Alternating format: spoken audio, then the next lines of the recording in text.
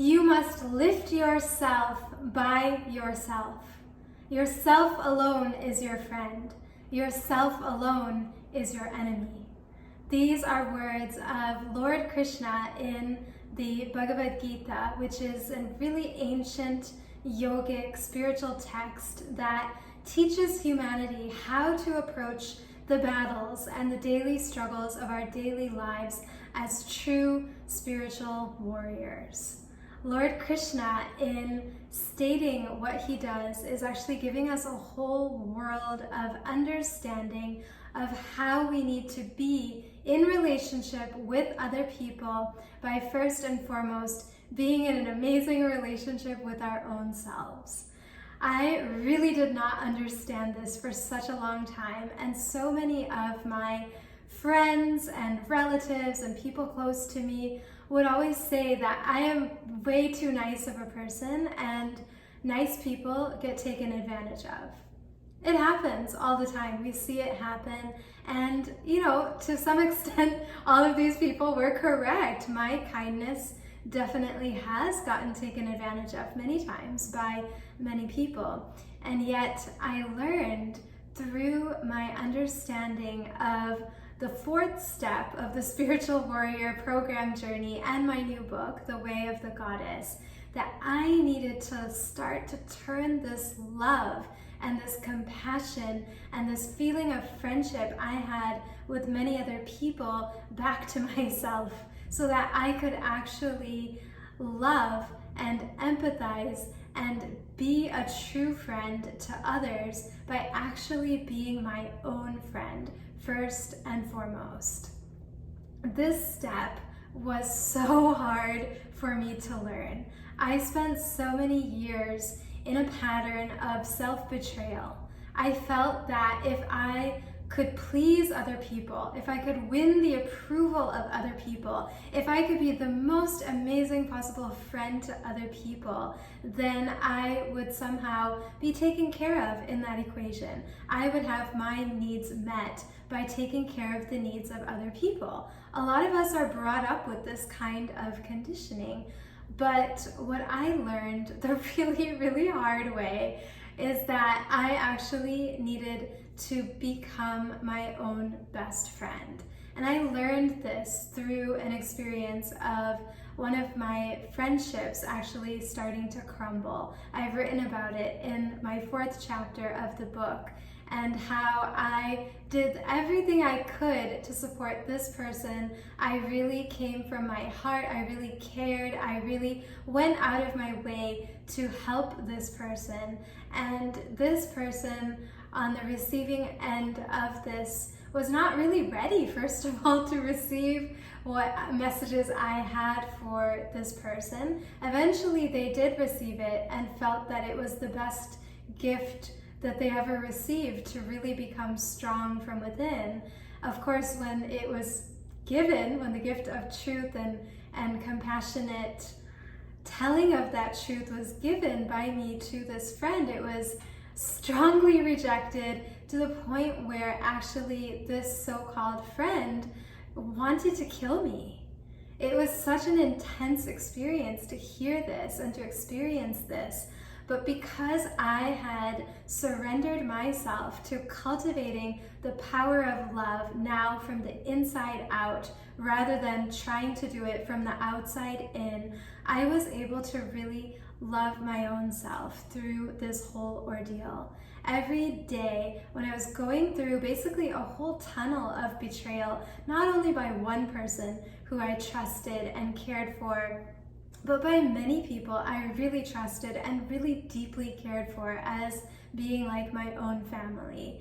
I learned from this experience that my own heart actually has the answers for me, and that I could actually heal my heart and endure the betrayal of other people by making a vow to my own self without doing anything external, without wearing any kind of special robes or, doing anything outward. I could make a vow that I would no longer do things that would support others but betray myself. I realized that has been my own pattern since the beginning of my life. And I kept doing that over and over and over again until I got this really rude and strong wake-up call of someone I had cared for trying or wanting to basically destroy me. And what I found as the support that came from within was just this simple practice of putting my hands on my heart and really inviting my own self to feel my own heart and to trust in the wisdom of my own heart. And every day when I would place my hands here on my heart, as I invite you also to do if you're watching this, I would literally tell myself, I love myself unconditionally. And sometimes tears would come up, sometimes a smile would occur on my heart. But no matter what was going on within my heart, as I felt all these intense emotions and so much of grief and emotional pain, at the same time, I also felt that with my own hands, I can also heal my heart. And yes, I can endure the betrayal of false friends, because now onwards, knowing that a goddess lives in my heart, I now know that anybody in my life can come and go, anybody can do anything to me or try to, but I will never hurt myself. I will never betray myself. I will be true to the wisdom of my own heart. As I had journeyed along learning about the different avatars of the warrior goddess Durga, I loved learning about goddess Kushmanda living in the heart. Goddess Kushmanda is considered the creator of the entire universe. In the beginning, it is said that everything was black and dark, and then suddenly there was a cosmic laughter and a cosmic egg from which all creation is said to have sprung from the womb of this incredible goddess called Kushmanda. She reminds us that we are our most creative and our most amazing selves when we are laughing and when we are smiling, not when we're getting stressed out. The heart has all the answers for us. When we really learn to love our own true self and to become a friend to ourself, then our same mind, which can cause us to betray ourselves, which can cause us to blindly, unconsciously repeat the cycles of karmic patterns that are harmful to ourselves and don't really help anyone else, then we recognize that all the wisdom we need lives right here. And yes, we can actually lift ourselves up by ourselves because we take responsibility. When we are on the spiritual path, we understand that no betrayal, no dark situation in life happens randomly. Everything, including this experience that I had, is all the playing out of the law of karma. When we are on the spiritual path and when we are traveling through this incredible journey of discovering the different powers of the warrior goddess Durga living within us as our own soul's power, we are going to develop a very special spiritual superpower called the intellect. The intellect, or buddhi, is also the higher mind. It's the wisdom that awakens as we go into our heart chakra and enter into our higher dimensions and our higher chakras of our being.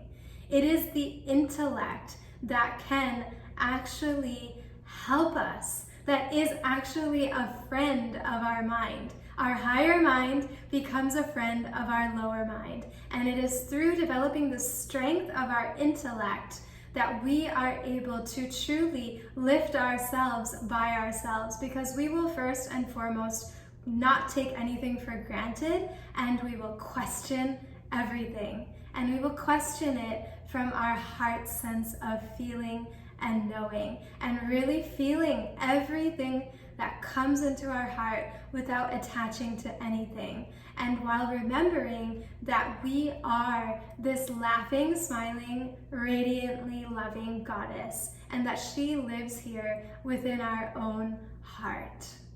In the spiritual teachings of Vedanta, the intellect plays a really, really important role in not only allowing us to make amazing choices at the physical and material and worldly level, but to be able to exercise the kind of discrimination or discernment, rather, that allows us to see what leads us to what is eternal and what is just transient, what is leading us to what is coming and going, right? And it's through the intellect that we can actually identify our patterns and pick ourselves up out of the patterns by really connecting with that which is eternal, the self that lives within me and that lives within my friend who betrayed me and all the people who've ever betrayed me in my life.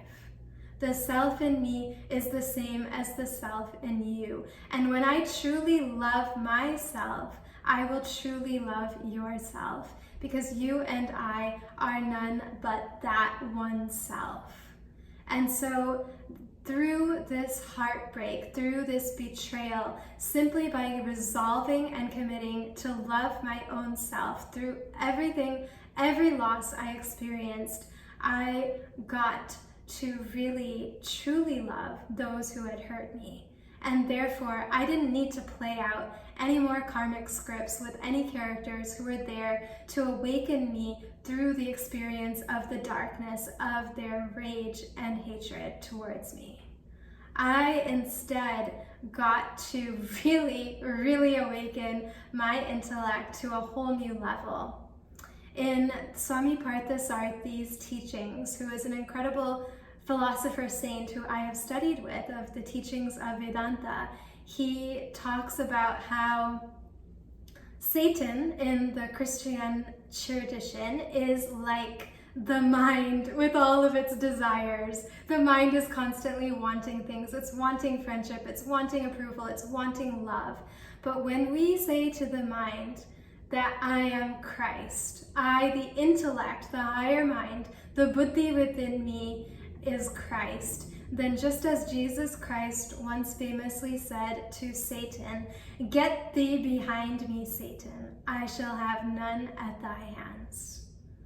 This means the intellect is telling the mind within us, this is all within us, because the God and the demon is all within our own selves. The demon is our desire. The God within us is our self minus desires. And the intellect is really helping us figure out what's what and how to be able to let go of the demon of desire by really attaching ourselves to a higher intention which connects us with our inherent divinity. When the intellect awakens, we can actually say to the mind, I see you, I see what you're doing, and I will not follow you. You get behind me, and the intellect, the wise, knowing part of myself, is going to start leading this show and writing a new karmic script from this day forward. And I can honestly, humbly tell you that now my life is full of so many incredible people who are really shining with that light of the true self within, and who are really able to connect with me in a spiritual way, and who are able to really be in a harmonious relationship with me because they are in a more harmonious relationship with their own self. And I've attracted new people into my life based on my new understandings that first and foremost, I must be a friend to myself. And then in that divine friendship of my own intellect guiding my own mind, I will then find that now many more true friends are coming forward, and I recognize them because the way they treat me is how I treat myself. This is how it works. This is how we rewrite our karmic scripts. And this is how we can endure the worst situations in life as a practice and a path to awaken to the power of our own true self. I look forward to welcoming anyone and everyone who's ready to really awaken to the power of love in your heart.